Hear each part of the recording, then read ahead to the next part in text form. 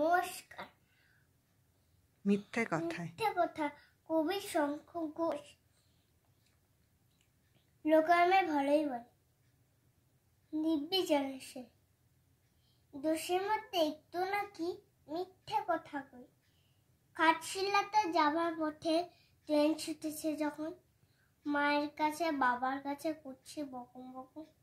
হঠাৎ দেখি মাঠের মধ্যে চলন্ত সব গাছে এক এক রকম ভঙ্গি পথে এক এক রকম নাচে। ও মা দেখো নৃত্যনাট্য। যেই বলছি আমি মা বুকে বড্ড তোমার বেঁচে ফাঁচে নেবে। চিড়িয়াখানার নাম জানে তো? আমার সেজে মেশো আদর করে দেখিয়েছিলেন পশুরাজের কেশর।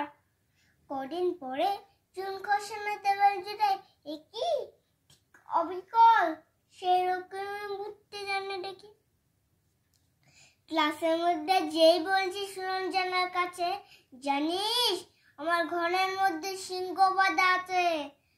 শুনতে পেয়ে দিদিমণি অমনি বলেন, শোনো এইসব কথা আবার যেন না শুনি কখনো। বলি না তাই সেসব কথা, সামনে থাকি খুব, কিন্তু সেদিন হয়েছে কি এমনি বেয়াকুব। আকাশ পাড়া আবারও চোখ গিয়েছে আটকে, শরৎ মেঘে দেখতে পেলাম